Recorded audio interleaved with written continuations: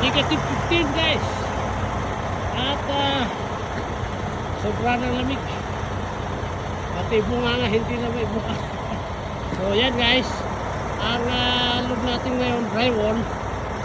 At tapos na akong mag alis ng luna, strap, at naayos na rin guys, despite doon sa malamig na sitwasyon. Sa ganitong sitwasyon dito sa aming mga flat bit guys, mahirap talaga kahit strap guys. Ito yan, kapag nakikita nyo yan, ang hirap siyang ilagay doon sa lagayan niya kasi tumigas guys. Kailangan mo siyang martilyuhin. So yan guys, ang karga natin. Sa wakas naman, i-unload lang natin, antayin natin yung operator. At kapag napapansin nyo guys, yan, itong dalawang luna ko na yan, madali sanang tupihin yan guys. Yan. Kaya lang sa lamig, hindi mo siya matupi. Kasi tumigas yung luna guys. Yan, pag titignan nyo yan, ang laki ng pagka tupi niya. Ganyan lang dito guys, tiyaga lang. Tapos ito, kapag nag-a-unload sila, tutulong ka rin na aalis sa mga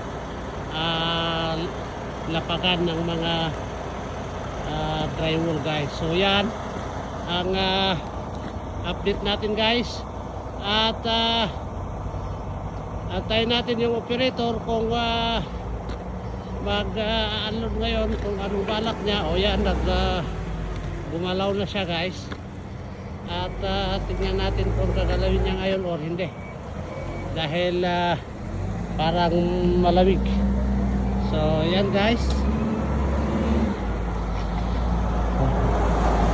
dito ang umpisa niya guys. Tignan natin.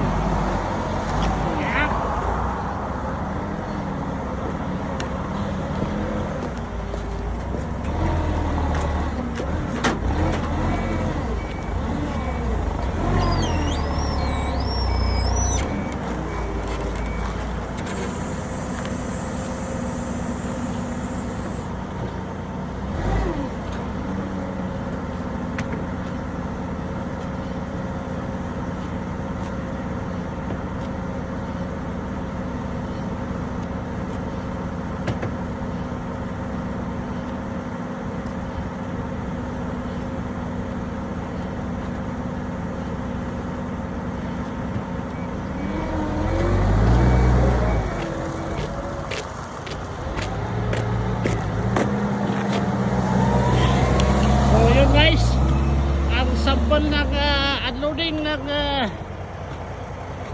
drywall. At yan muna. Magandang hapon, magandang umaga.